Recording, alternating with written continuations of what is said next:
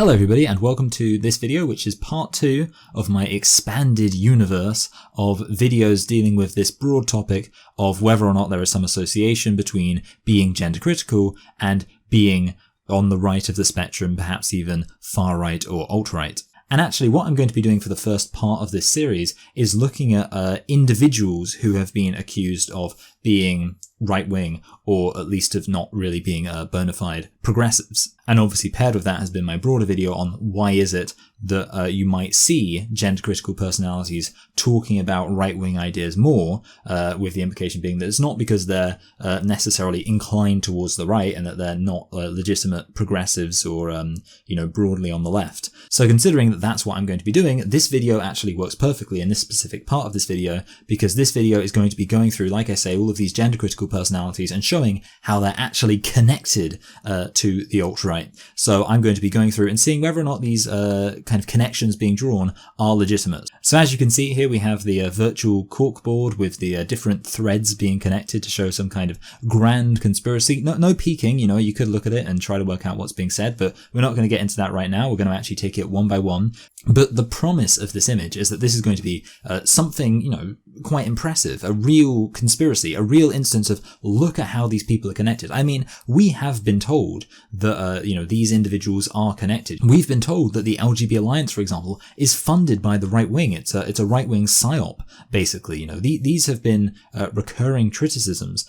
And obviously here we have a video which is going to give us a broad overview of how the gender critical movement is connected to the alt-right, and in a meaningful way. So let's see how legitimate this criticism is and, these connections are that are being drawn. Now, let's get to these notable TERFs and who they're in cahoots with. I do just want to point out that these are supposed to be notable gender critical individuals. So certainly, I mean, Meghan Murphy definitely is. So I'm not criticizing it there, but I'm just wanting you to bear in mind that all of these people are supposed to be considered notable. Meghan Murphy. Meghan Murphy is the TERF who founded and operates the website Feminist Current. Feminist Current is the not racist TERF website that has all white contributors except for one. Okay, so this is obviously not only poisoning the well, but it's absolutely ridiculous. I mean, our first claim that's being made is that Feminist Current is not racist, and that's being suggested sarcastically, but it only has white contributors. Now, immediately that makes it sound as if that's what makes it racist, only having, when apparently now it's got 2 non-white contributors. Now, I don't think that Feminist Current is a huge website, so I'm not sure how many contributors they have. Obviously, I'm sure that information is available, but I don't think it really matters because, of course, having all white contributors could be for a huge variety of reasons apart from just being racist. It could be a genuine oversight, which doesn't make you racist. Having an oversight in kind of representation does not make you racist. Obviously, there are a variety of reasons why a particular group might be overrepresented in any given organization, and obviously, I do think that representation is something that matters, and I think that having a specific focus on redressing inequalities when it comes to representation is a noble thing to do. But if somebody hasn't done that, then that doesn't mean that they think the representation is horrible or they're racist. And I need to point out the obvious thing, which is if you had any actual evidence that Feminist Current was a racist website, you would presumably put an article in Feminist Current that's racist. If you want to insinuate a site is racist, it would be completely ridiculous to put the focus on just how many non-white people they've employed when you could alternatively point to some actual content that implies racist beliefs. And yet the fact you haven't done that strongly suggests that you don't have any actual evidence that there is racism. So immediately this is the kind of caliber of argument you're getting to try to argue that there is some meaningful connection between being gender critical and being alt-right and fascist. Meghan Murphy was banned from Twitter for hate speech. She wrote a piece on the Feminist Current website about it, where she platformed alt-right men and their racist, misogynistic, and transphobic publications. Examples of who she platformed? Ben Shapiro, Dave Rubin, The Daily Wire, and The Blaze. Now, I'm a bit confused. You can go back and read that quote if you like. I've already read it through.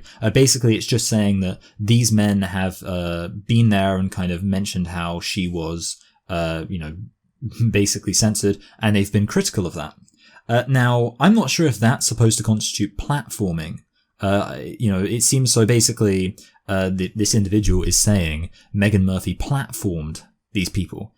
And that would imply giving them a platform to express their views. And yet, actually, that's not what's being communicated here by the rest of the content and the quote being provided. Now, it's possible Meghan Murphy has platformed these people, that Meghan Murphy has given these people a platform to express their viewpoints, but actually what that quote seems to be suggesting is just that Meghan Murphy said that these people have been good in terms of pointing out the stuff, which is completely legitimate.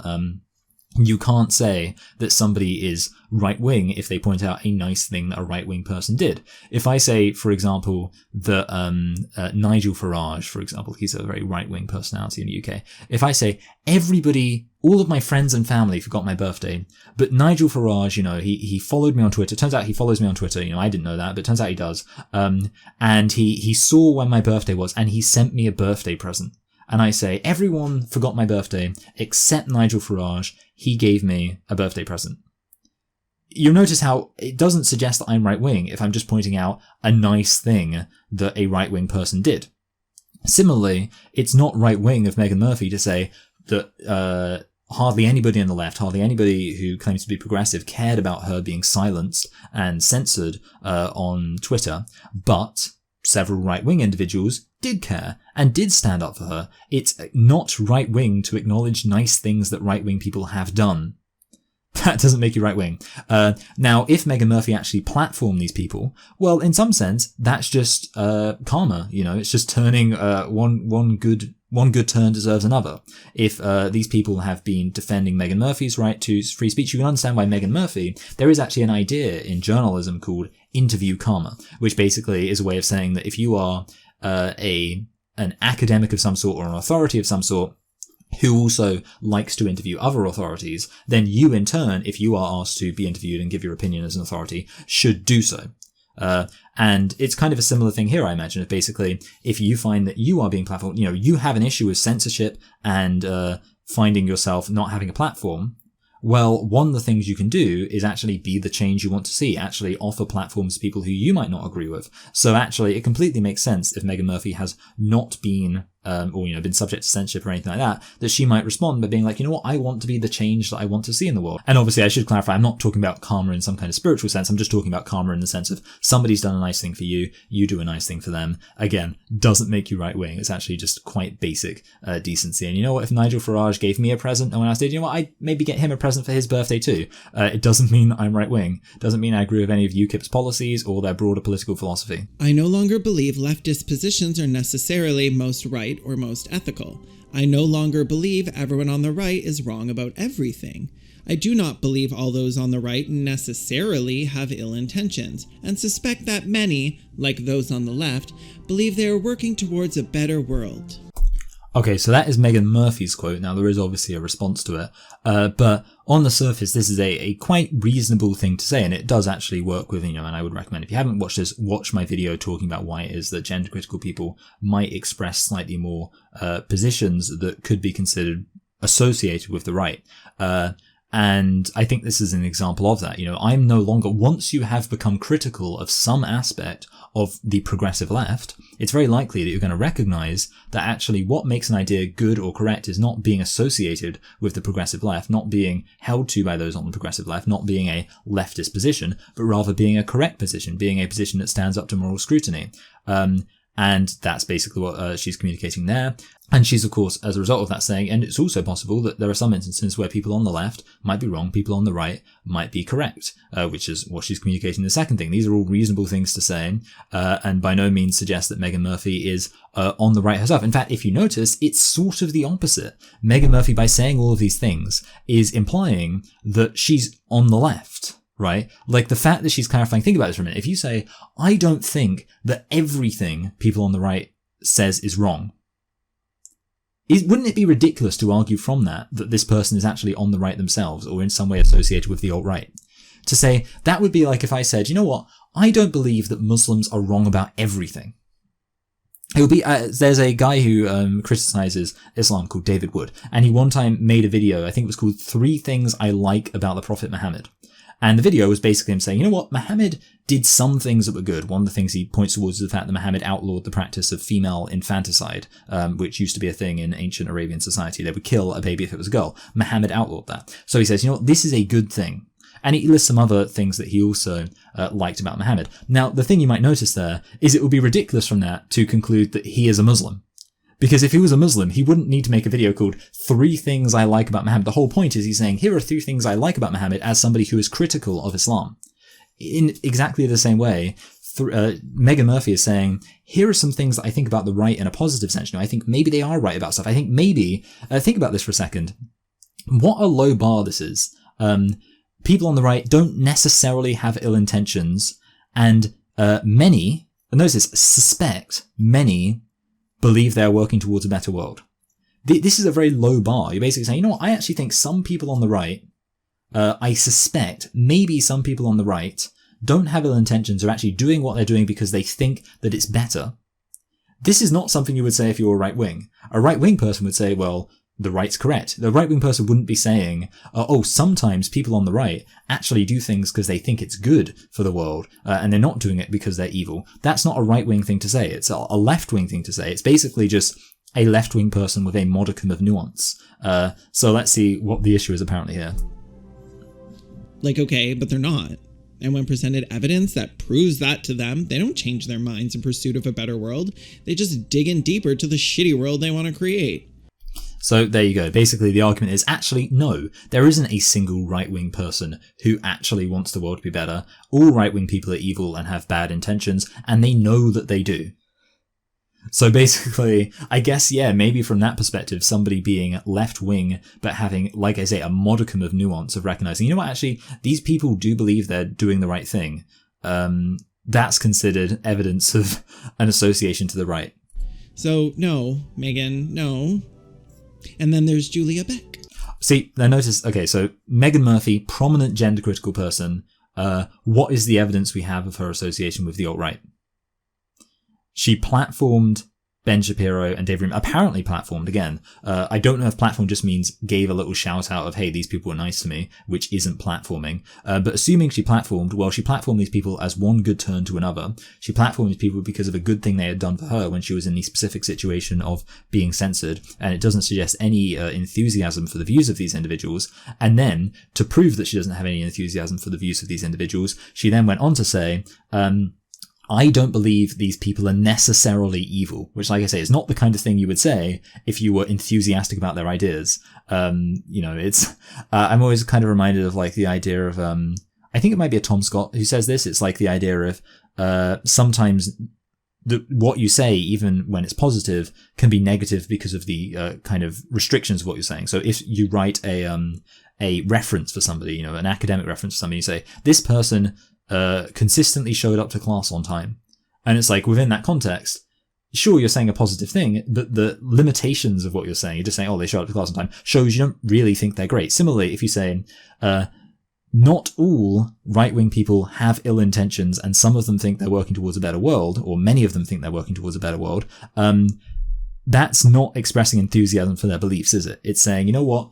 You're basically giving them a pass on a pretty, minor thing. So sorry if I'm stressing this point too much, but I just want to really stress this is our argument for the idea that there is an association between Meghan Murphy and the alt-right. It's pretty weak, isn't it? And by the way, it's possible someone might say, actually, there's more reasons to think that Meghan Murphy might be associated with the alt-right. That's true for any of these individuals. It's possible this person I'm responding to has actually done a poor job and could have, if they researched more, maybe found more connections. I mean, I think for me personally, I'm sure there's lots of people, if someone dug, I'm sure they could find lots and lots of connections. So maybe there are better connections out there, but the point is this is what we're being presented in this video. And if you're not convinced, then I don't know that it's necessarily going to get better. TERF extraordinaire.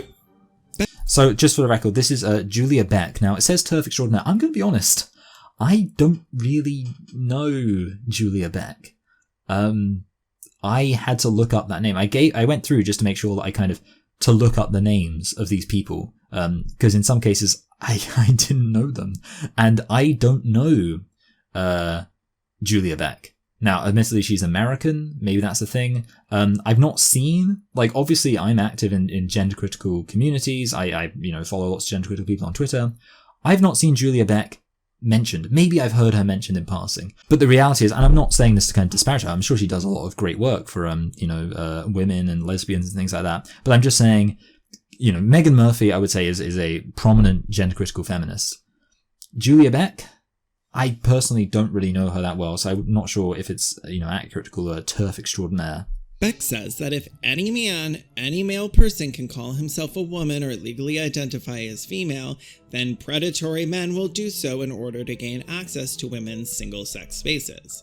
So that's irrelevant. Obviously, that doesn't demonstrate that Beck has alt-right or any kind of remotely right-wing views. In fact, I would argue shouldn't even be considered a controversial thing to say. So let's see if there's evidence that she is actually alt-right. Except we've shown that's not true. Julia Beck, who became a favorite of right-wing media, appears on right-wing shows of hosts like Tucker Carlson in 2018 to speak out against trans rights. Okay, so basically, Julia Beck was platformed on a right-wing news station, aka Fox News, as indeed, and to be fair, I mean, I can think of gender-critical people I do know who have been on Fox News and have been platformed in right-wing media outlets. Now, here's the thing. Does that make these people right-wing? Not really. In fact, it's pretty tame when you think about it. It's pretty marginal or minor accusation to say you've expressed your views on right-wing platforms.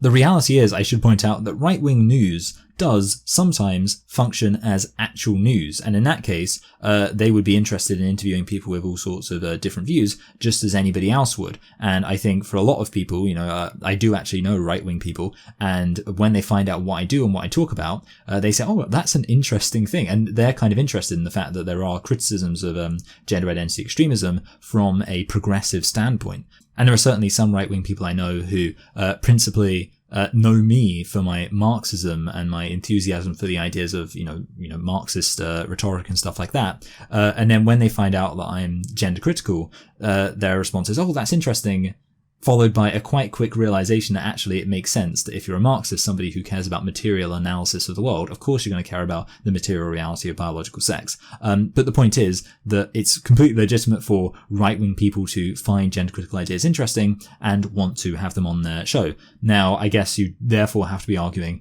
that gender-critical people should never ever want to share their viewpoints on right-wing shows. Which is, maybe you'd have a case there if it weren't for the fact that these gender-critical people are being completely shut out of left-wing shows, especially in America where the political divide is so much more entrenched. Obviously, in the UK, we have a lot more kind of media that's considered, neutral. Whereas in America, obviously, you have MSNBC and things like that, which are obviously left-wing, and then you have, and I don't mean left-wing like socialist, obviously, liberal, and then you have Fox and things like that, which are, more crazy. But the reality is that if you're being completely shut out, and I mean, look at the context. This was a woman who, you could actually see it in the screenshot earlier, was kicked out of the LGBT committee she belonged to. So is it surprising that if you've just been kicked out of the LGBT committee that you belong to, that you would therefore be like, well, where am I going to be able to express the viewpoints I have? Where am I actually going to be able to get these ideas out that are important? Oh, Fox News. And let me just say this right now, I would totally 100%, you can add me onto this little, crazy conspiracy theory thing retroactively, because let me tell you, if I ever get invited on any kind of right-wing media outlet to talk about my views, I'm gonna do it. And I don't think that should be a thing that needs to be defended. It's completely legitimate for anybody who's enthusiastic about, anything to want to talk about that in any context. And also, by the way, I should point out there's a strong argument to be made that these people might actually be endearing. I don't know if endearing is a bit of like a kind of cutesy way of saying it, but positively representing feminist views to many conservatives who might only know feminism from the crazy gender identity extremists. And so, I do think that there are people I know who are, like I say, kind of more conservative, who have issues with feminism and even, gay rights activism and things like that, because they associate it with all of the crazy, horrible aspects. And when I, reveal to them, actually, I'm critical of the crazy, horrible aspects, it actually increases their enthusiasm for actual feminism and actual LGBT activism. So far from, this is actually a very great service you can be doing for the rights of women and same-sex attracted individuals by making clear to right-wing audiences on right-wing shows that you can support same-sex attracted individuals and you can support women's rights without being a massive fan of this postmodernist nonsense that is gender identity extremism. Tucker Carlson, by the way, has some very feminist views as well, just like Julia Beck. For instance, he believes 1950s gender roles are still valid, a woman paying for a man. So basically, just to jump in, the point being made here is Tucker Carlson is not a feminist, which nobody was arguing he was. Again, your argument has to be, well, literally, you're only allowed to express your viewpoints on feminist platforms, which how are you ever going to change anyone's mind that way? I mean, I realize that gender identity extremists don't need to change anybody's mind because they already have the authority of the establishment and the elites on their side. But if you actually care about fighting against the establishment, care about fighting against ideas like patriarchy, then you need to be able to have a platform, and you're going to take whatever platform you can get. So it's like, TERFs, you're pretending to be feminists. Pretend better. So basically, in no way does engaging with, being on the show of a non-feminist at any point means you've completely failed to pretend to be a feminist. It's just so ridiculous. And it's just absolutely insane to kind of just show, you just drop this one feminist, Julia Beck, went on Tucker Carlson's show, and then you just say broadly, to all gender critical feminists, gender critical feminism as a movement, you're pretending to be feminists. Pretend better.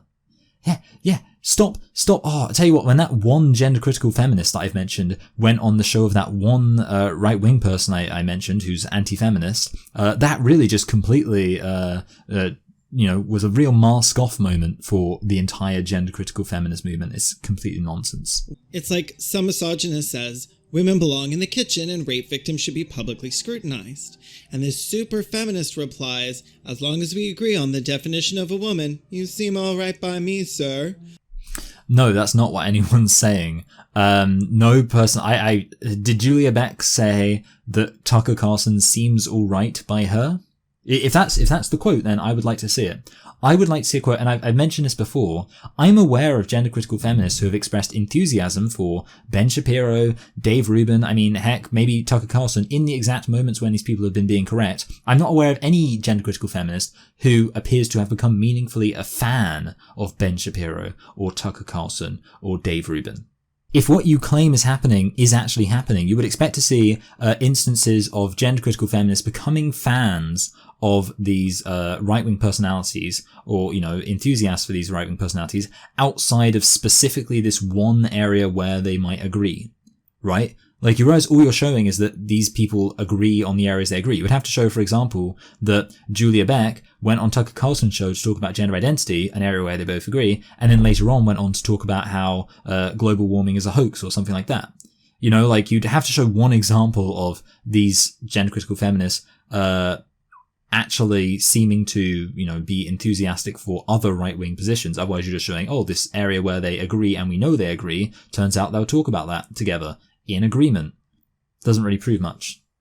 Do better. Ew. Next, we have Venice Allan, who calls herself... I just want to clarify, I don't really know who Venice Allan is. I have also looked up Venice Allan, but I just want to say again, not a, high profile, really?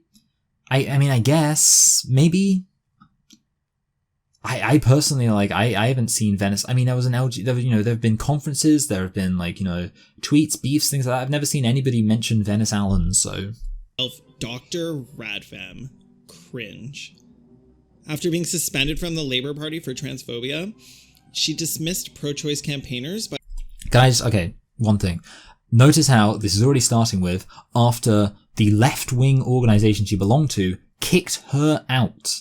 So anything subsequent to this, to the effect of, and then she turned to a right-wing platform to express her viewpoints, is not proving that she is right-wing. Think about it. If you are a member of a left-wing organisation and then you get kicked out, is the fact that you then move on to a right-wing organisation an indication of your deep-seated right-wing views?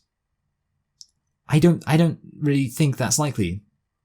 I'm also not sure if it's deep-seated or deep-seated. I've looked it up before, but I can't look things up when I'm talking on the cuff, so I'm sorry. Comment below whether or not it's deep-seated or deep-seated, because they both make complete sense. Anyway, so So yeah, and also, sorry, I just want to clarify. So there was a line, she dismisses pro-choice activists. I already know what is coming because I have watched this video already a little bit of the way through. So let's enjoy this together. I'm going to enjoy this. By saying that abortion rights and bodily autonomy for pregnant people was only there to make sex easier for men.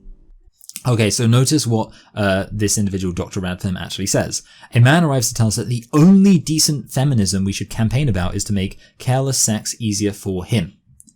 Now, think about this for a second. Is this saying that fighting for this stuff is illegitimate? No, it's saying that if this is where you, especially as a heterosexual man, put the focus, and only on this, you put the focus, or even say that, like, this is the main thing that matters, this is the only thing that matters, then that's scummy. To say, you don't care about women's representation, you don't care about the pay gap, you don't care about increasing the kind of regard that women are held, with which women are held throughout society. You don't care about any of those things. You don't care about violence against women, but you say, oh, I'll tell you what, hashtag free the nipple. It's just like this, it's this pretty well established trope of this scummy heterosexual man who only cares about the sex positive aspects of feminism and would say that, Dworkin hates men and she's an evil, horrible person, and be like, probably one of those people like, oh, you're one of the good feminists.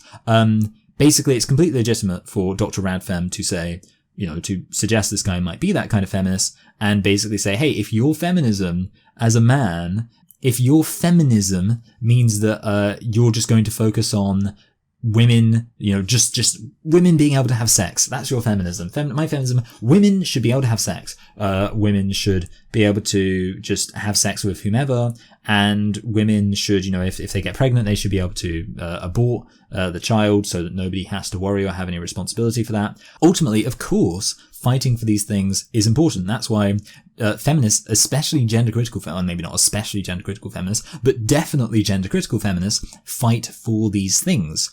I can bet you that Venice Allan fights for these things, cares about these things, but what she doesn't like is scummy men coming along and saying, like, that basically the only feminism that matters is, the only decent feminism is all about the sex positivity that, oh, great, means that he gets to, stop being an incel and have sex with loads of women. Lovely for him. Janice Raymond, another Okay, please notice, again, just need to stress, that was our evidence that this person is right-wing so far. That basically they were critical of scummy men who only care about feminism when it relates to how they can have sex with women. So there we go. How right-wing. Yeah, right-wing people, notoriously, radical feminists who are concerned about the insincerity of men who might associate themselves with feminism. Famous TERF decided that this is actually a famous TERF, so well done, or famous gender-critical feminist. It didn't violate her personal ethics to work with notoriously racist, homophobic, anti-choice conservative leader Jesse Helms. Yeah, it turns out... Wait, actually, okay, let's... What great, noble project were they working on?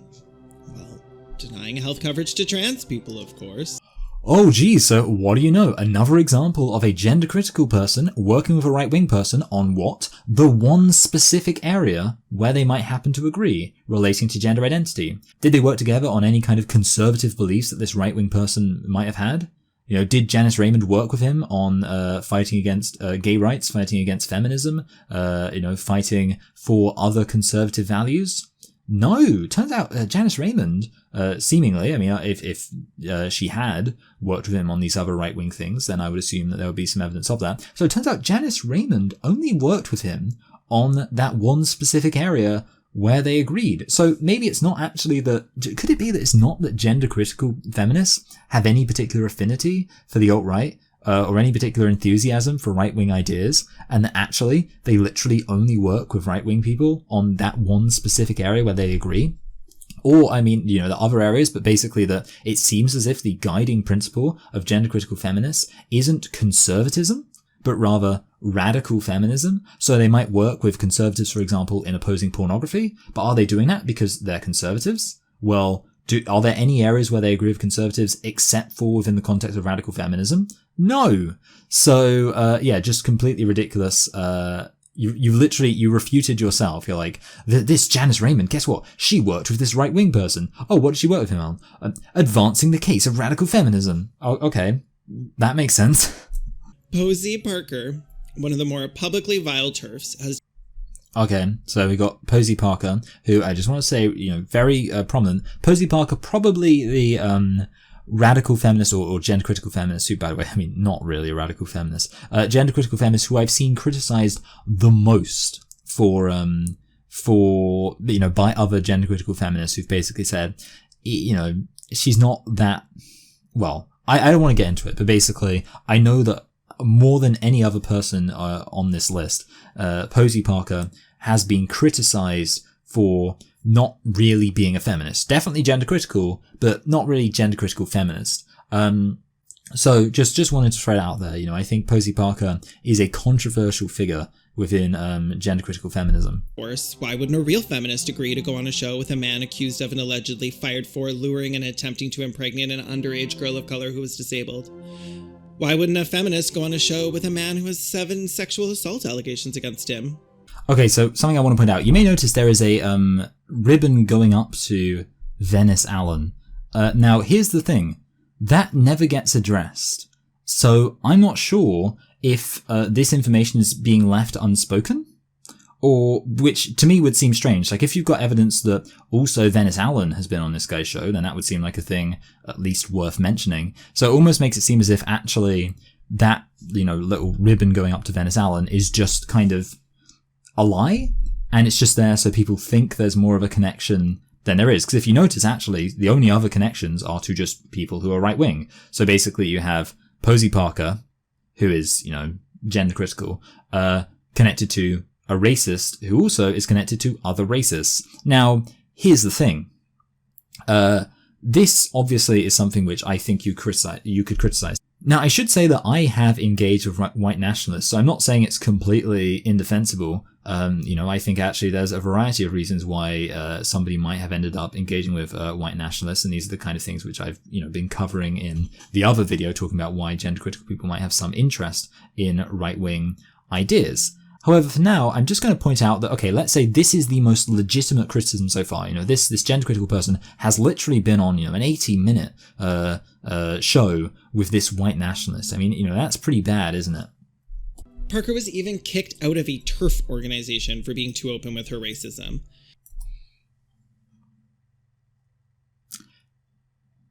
You notice how I said at the beginning that Posie Parker is the gender critical feminist who I've seen, and I say gender critical feminist who I've seen most often accused of not really being a feminist.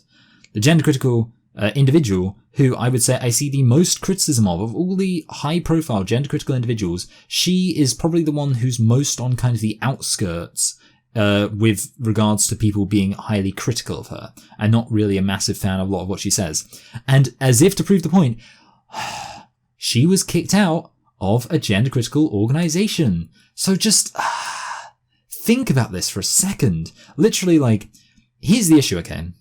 This argument of she was even kicked out of a gender critical organization. I mean, maybe it could work as a way to show how she's just so terrible. But the problem is that only really works if she's not also your only real case for any kind of meaningful association with the alt-right at all. And again, I don't think that this is really that fair. I don't think you say, oh, she appeared on this show one time, that means she must be alt-right. I don't think that. I think really it's a case of it's the best evidence so far. It's still not great evidence of her being meaningfully alt-right.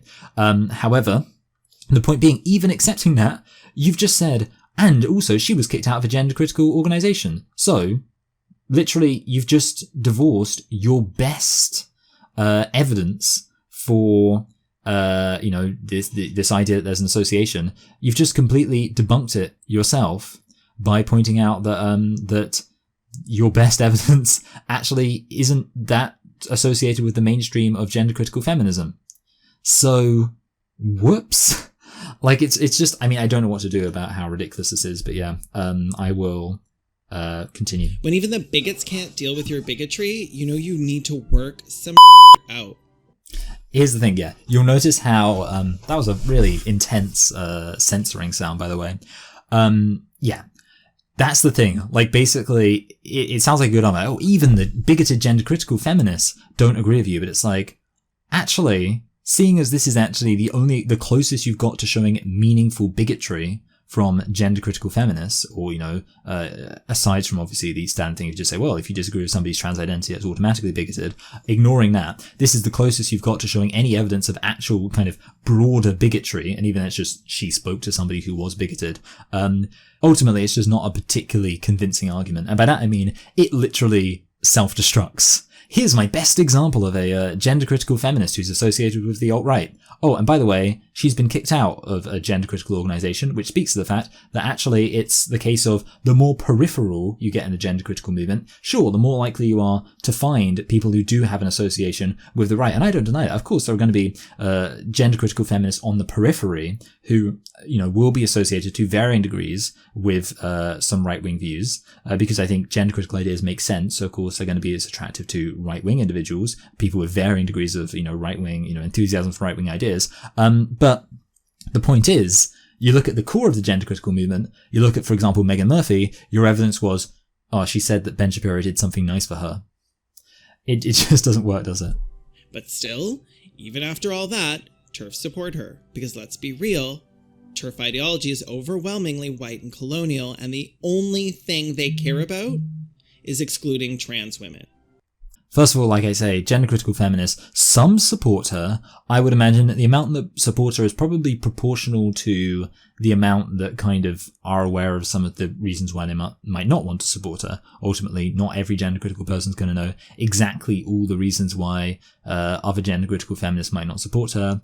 But also, yeah, this claim of like it's overwhelmingly colonial, like it's just word salad, and there's nothing I can really do to respond to that. And then there's the loudest and most insidious of all the TERFs, and I'm going to need a moment for this one. Joanne Karen Rowling.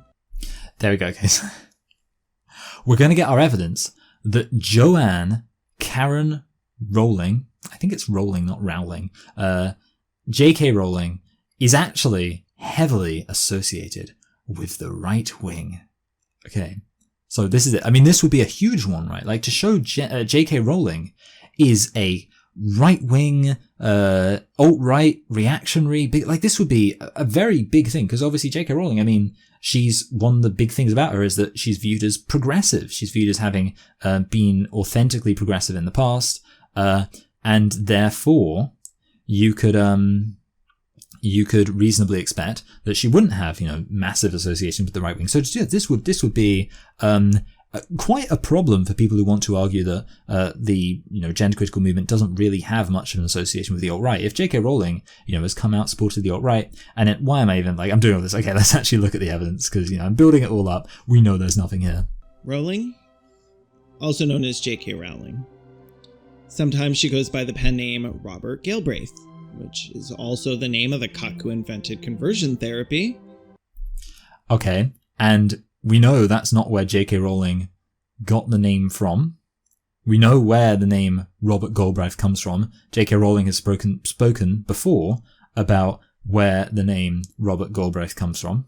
I thought it might be useful to actually just make sure I was getting the exact information on where the name came from. On her Robert Galbraith website, Rowling explained that she took the name from one of her personal heroes, Robert F. Kennedy, and a childhood fantasy name she invented for herself, Ella Galbraith. Galbraith. I don't know. Anyway, I will say, by the way, there's actually a international relations theorist called John Kenneth Galbraith, which is kind of interesting because it's J.K. Galbraith. Oh, the conspiracy theory. Let me show you how all gender-critical feminists are actually international relations theorists. J.K. Rowling, Robert Galbraith, J.K. Galbraith. I see through the lies. J.K. Galbraith. J.K. Rowling. Harry Potter's actually an analogy for the world economy since the wars. I don't know, and this is the issue. Oh, that's silly. Why would you take the fact that there is some association, drawing associations between different names? Oh, turns out actually that people can have similar names. Now, wouldn't it be crazy to just say that because I can draw some association between two people's names, it speaks to them actually being connected politically in some way? I think that would be a bit weird, wouldn't it? And to be honest, like J.K. Galbraith, that's pretty convincing right there.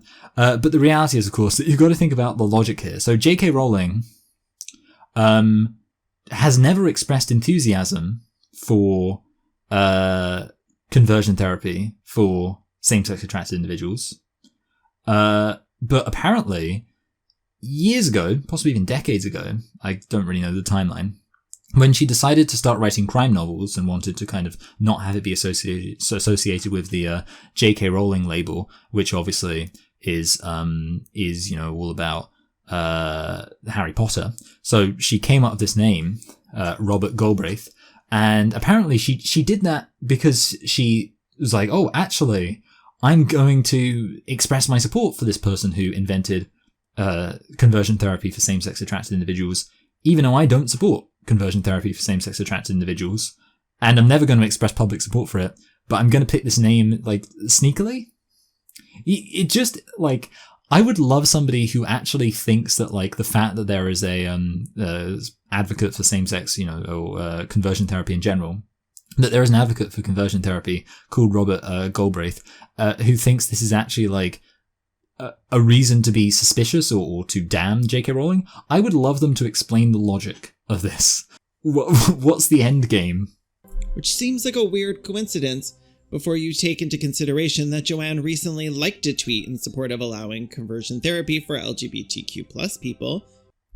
Again, this is the whole thing, and something I've covered before. Basically, it's about how certain rules that ban conversion therapy could also mean that therapy that affirms somebody's biological sex might be made illegal. And actually, that's quite unreasonable when you think about it. And this is why there are many same-sex attracted individuals who are against some laws to ban conversion therapy, not because they support same-sex conversion therapy, but because they're against a law that would make it illegal, literally, for a therapist to be critical of gender identity extremism and the idea that somebody's gender identity is automatically valid. So actually, the fact that J.K. Rowling shares a pen name with the actual name of somebody who advocated for conversion therapy for same-sex attracted individuals has nothing to do with J.K. Rowling being aware of the concern that many same-sex attracted individuals themselves have about how laws to outlaw conversion therapy could also mean that you can't actually give children biologically affirming therapeutic care. So yeah, to completely tell you what, if you want this as part of your evidence that we're right wing, well, put me on the chart, because I will happily say that there are laws. And I mean, literally, when I spoke about this before, I actually said it was like a classic litmus test of, are you the kind of person who actually thinks through the implications of policies, or are you just the kind of person who says, oh, this sounds bad, this sounds good, and let that be your entire determiner of what you can do. Like, oh, saying you support conversion therapy, that sounds bad. Being against conversion therapy, that sounds good. Yeah, but look at the implications of what these laws are actually saying. I made a video on it, actually. If I wasn't already linking something, I would link to that video. I'll leave it in the description. Young LGBTQ+ people may be injected with nausea-inducing or paralysis-inducing drugs while exposing the subject to erotic material on a large screen in order to twist the mind into associating their natural feelings with something negative. Sorry, can I just point out, this was the actual thing that was just up. Wait, let me go back and just get it up for you. Haha, that's what she said. Talk about sexual stimulation. You'll notice it's stimulus connected to their sexual orientation. This is conversion therapy for same-sex attracted individuals, which has nothing to do with the concern about outlawing therapy, biological sex-affirming therapy for individuals with gender dysphoria, which is what people have a concern might become illegal. So there we go. This is the problem. You're literally doing the stupid meme thing right now, where like you just point to the worst examples of conversion therapy and then say, see, it should be illegal. And the whole point that people are making is, okay, yeah, it's great to say that, but then the question becomes, what about, I've pointed this out before, but what about a same-sex attracted person who just wants to go pray with their pastor or their imam or their rabbi about how they personally believe that their same-sex attraction is a sin? Is that, considered conversion therapy? This is a concern that lots of people have. Like, does it become illegal for, and I made the video about it. Go watch the video because I do think it's actually worth watching. And there is even a longer version of it. I might even link to the longer version because I do think that's worth watching. But basically, people have the right to decide for themselves, what they want to seek help with. You're taking these things which are being done to children and are, basically adjacent to torture, but you're using that in order to try to argue against the, a lot of really important and meaningful freedom that people have to explore things, lots of these topics for themselves. And especially if you're talking about something like gender identity, which is a far more nebulous concept, why shouldn't people be able to seek out, not just for themselves, but also, yes, for their children, therapy that affirms the reality of their biological sex rather than reaffirming the nonsense of this gender identity stuff. You need to actually present an argument rather than just saying, oh, look at this specific example of stuff that like everybody, well, not everybody, most people would unambiguously consider torture. And yes, if there was a law that said this specific thing should be illegal, yes, what we're against is laws that become more general. You're literally like, this is literally the mentality of somebody who says, you post about how terrorism is really bad and you say, so we need a law to outlaw terrorism and people encouraging terrorism. And then you don't think about actual freedom of speech and how that could be impacted. Actual freedom that people might have. No, you can't just say, well, look at this terrible thing. Let's just outlaw blah, blah, blah. That doesn't work. That's not how you actually argue for policy. In order to twist the mind into associating their natural feelings with something negative and harmful. Many conversion therapy practices are... Just notice this right away, okay? So far, this line with J.K. Rowling, is it an association with the alt-right? No, the association is, one, she has a name, which is just a name. And again, like the ridiculousness of claiming that actually this is a secret scheme to, that she's chosen this name for herself is nonsense. And then on top of that, she's supported people who have concerns about the outlawing biological sex affirming therapy for people. So basically your argument is that it should be illegal for anybody to have any sort of therapy that affirms the reality of their biological sex. How is that? And the irony is you'd probably say that you support people being themselves. You'd probably say, oh, people should just be allowed to be themselves. Oh, unless they want therapy to affirm the reality of their biological sex. That should be illegal. It's just, you are so much on the wrong side in this that I'm not even going to respond to anything else. And like, this is your evidence that J.K. Rowling is actually associated with the alt-right, because she agrees with lots of criticisms that are principally coming from women and same-sex attracted individuals of certain laws which are too broad in their scope when they talk about banning conversion therapy. She accused the medical professionals in charge of taking care of and overseeing transitions of being the real conversion therapists. Yes, accurate. Oh, yikes. That's such like it's just such like a liberal blue tick meme. Yikes. Recently, Joanne released a long manifesto, which I personally found chillingly similar to the ones penned by other radicals in history, who sought to use propaganda to fight sex, race, and sexuality. It's so tangential. J.K. Rowling wrote a manifesto. You know who else wrote a manifesto? No, not Karl Marx. That would actually establish the idea that turns out maybe lots of gender-critical people are on the left and kind of, I don't think, a lot of gender-critical people are Marxists. I don't think J.K. Rowling is a Marxist. But, like, you could draw an association to anybody, but just like, oh, no, but it's because, sometimes crazy right-wing people do manifestos too. So J.K. Rowling did It's so dumb. Like, so far, our arguments against J.K. Rowling have been principally, one, a name she chose for herself, and two, and I know you might say, well, she liked the tweet about conversion therapy, even though it was talking about a completely different thing from conversion therapy for same-sex attracted people. The point is the, argument to get to that was the name thing, so I'm counting the name thing as the main argument. And then also, she wrote a manifesto. She has a pen name and wrote a manifesto. Oh, right. Joanna uses anecdotes and bunk science to attest that she's actually just concerned about the children. Look, okay, if you want to argue that there is an association between being gender critical and being alt-right, you need to actually be focusing on the association to the alt-right. You've brought up Karen Rowling as your argument to... I bet the fact that her middle name's Karen... That's not even true, is it? I just realized. Okay, sorry, I just got the joke. She's not really called, because the JK is made up. I actually did know that. It stands for Kenneth, as in J. Kenneth Galbraith. So yeah, the Karen, it's because like it's, you know, that misogynistic slur that people like to use to attack women who have concerns about things, you know, Karen. That's lovely. Yeah, well done. I finally got it. Good job, me. I finally recognized the misogyny that was staring me in the face. But yeah, basically, you have J.K. Rowling here as, you know, it's on your list of like the association between being gender critical and being alt-right. You can't just talk about the fact that she's got associations with being gender critical, because we all know that. You have to present arguments for that she's associated with the alt-right. And so far you haven't presented, so far she's got a name and she's got a manifesto. Try harder. The study was about how transness spreads socially, that exposure to trans material might encourage. So I just want to say again, like, this is taking a while. I'm not going to respond to it because it's a criticism of whole rapid onset gender dysphoria.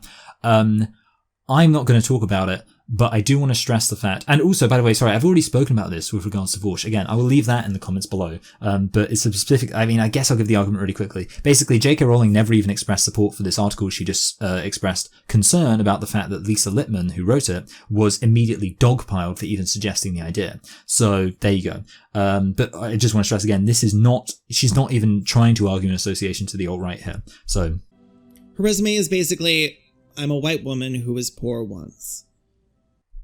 Yeah, okay, just want to clarify, this has been quite a while. I mean, I'm kind of glad because I was worried we weren't even going to get through this video if it continued the same density of, like, it hasn't got less wrong, but it's just got less relevant to the topic, which means I've been able to skip over a lot of it. But so far, yeah, I just remind you, have we had any evidence at all to meaningfully suggest that, like, the worst thing is this video, or this part of the video, starts off strong.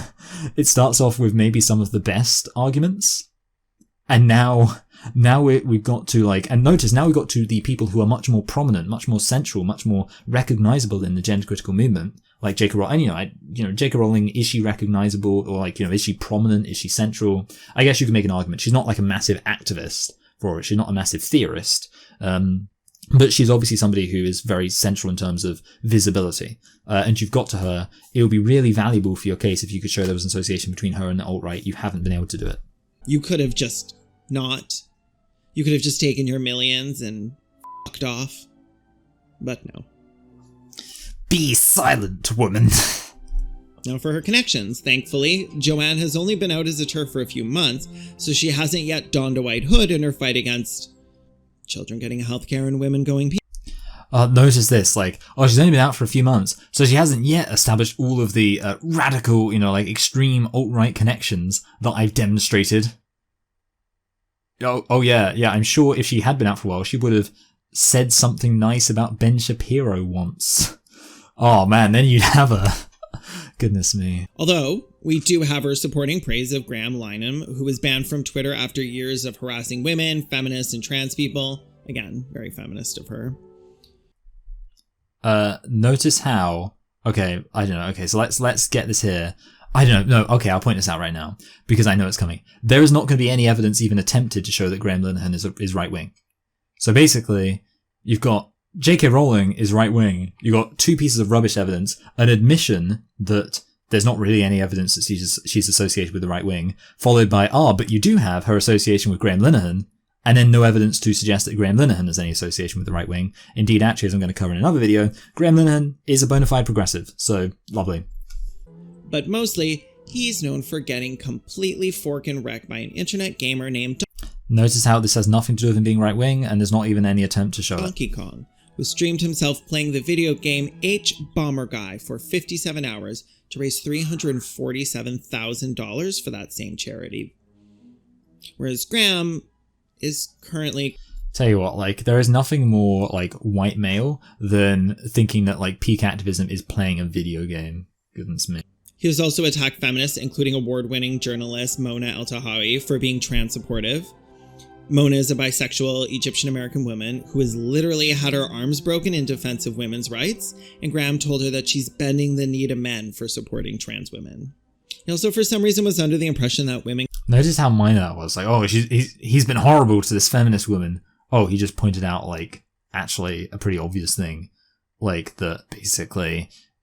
transgender identity and gender identity extremism is an extension of patriarchy, and therefore you can't really be a feminist and support it. Big controversy. I can't believe he did that. How mean, criticizing this woman's ideas. Yeah, he should have called her a Karen, shouldn't he? That would have been much more progressive and feminist. using that word that's just used to silence and delegitimize women who have concerns about things. I could spend another hour debunking her ridiculous manifesto and her Oh, I'd love you to do that in the video where you're supposed to be showing how she's associated with the alt-right. Being like, I could spend another hour talking about how I don't really like the character of Professor Lupin. Okay, I bet you could. But, like, how about you spend some time talking about something which can actually evidence the claims you're trying to make in this video? That would be lovely. I could spend another hour talking about how you need to get yourself a metal water bottle because plastic water bottles release endocrine disruptors, which are a really bad thing. You need to look it up. Don't microwave plastic with your food. Don't drink out of plastic water bottles. Endocrine disruptors, they're a real thing. I could talk about that for a while. There's actually a reason I'm not going to do that, which is that this video is about, it's responding to this video about the idea that there is a meaningful association between being gender critical and being alt-right. And obviously just the latter part, which is all about these individuals, these gender critical individuals. And let me tell you, if you wanted evidence of the association between the gender critical individuals and the alt-right, you're going to have to look further. Because there's nothing here. Intensively poorly researched claims, but I'm going to do us all a favor and end this video here because that's already been done. I mean, it's just so funny because it's like, I'm going to do us all a favor and end the video that's supposed to be about this topic now before I continue talking about something other than this topic. Yeah, obviously. I'm not sure if there's really any point getting to the end because we haven't actually got to, we haven't watched the whole video. I think I might do the end when I go back and watch the beginning. The beginning, by the way, I already know is like arguing more kind of theoretical stuff. Let me switch. Yes, like I say, the beginning is arguing for more theoretical stuff, arguing basically about how there is a association when you look at the actual ideology of gender critical feminism and look at it with reference to being alt-right, which is obviously a different topic. As I say, I'm going to start off this kind of series by looking at individuals who've been accused of actually secretly being alt-right or associated with the right wing. And spoiler alert, J.K. Rowling and Graham Linehan are both part of that. So there you go. Basically, I thought this would be a good kind of opening primer to look at some of the, evidence when we're trying to get a broad, and this was supposed to, because obviously if I spoke about just Graham Linehan and J.K. Rowling, people would say, oh, why didn't you speak about all the other people? Anyone can just point to two gender critical individuals, even if they're quite high profile, and show that they don't have an association with, being right wing or conservative or something other than bona fide progressives. So that's why I chose this video, which would obviously, this is the evidence for the grand conspiracy, the interlocking webs and stuff like that, and it's not very good. Now, obviously, you could say, well, this was a small channel, and it is. I think this channel has a great deal more than me, possibly 10 times more subscribers than me. But you could say, it's not a huge channel. It didn't have the resources to do all this research. I mean, they had resources to kind of do a lot of graphics, which I would argue wasn't really necessary and was in fact there to compensate for not really having any evidence. So they could have taken the time where they were doing those graphics to work on really researching and giving their best case. I guess I have to assume that this person did the best job they could. I assume that would be the charitable thing to do, to assume this person did the best job they did, and it would be uncharitable to say, oh, they probably didn't even try. So within that context, I have to conclude that there just isn't really any evidence. There isn't really an argument. There isn't really an association. Apart from, like I say, maybe you could say Posie Parker, but then you completely debunked your whole point by being like, and Posie Parker's also been kicked out of and rejected by quite a large amount of the gender critical community.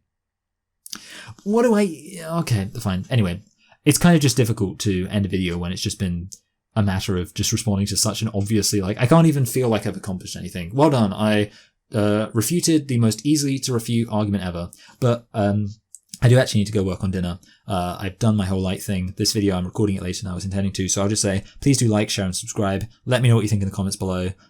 If you're new to this, you can, maybe you'll come back to this later. Check out the playlist because it is part of a broader argument I'm trying to make about how this whole idea that being gender critical means you're conservative is, it's complete nonsense. And I do think it is an argument that people make, which I think is bad. I think there are a lot of liberal, progressive people who their big reason for rejecting being gender critical is because they think there is this association when there isn't. So yeah, that's what I'm going to be doing for a while on this channel. I hope you enjoy it, and please do, like I say, stick around if you like. If you want to support this, you can give on Patreon, and I'll just say thank you to my current patrons. In addition to their names scrolling past on your screen right now, I would like to give a special thanks to last month's patrons, Kaiser, Mojave, Bianca, Anon, Devon, and Gillian. You're all very appreciated.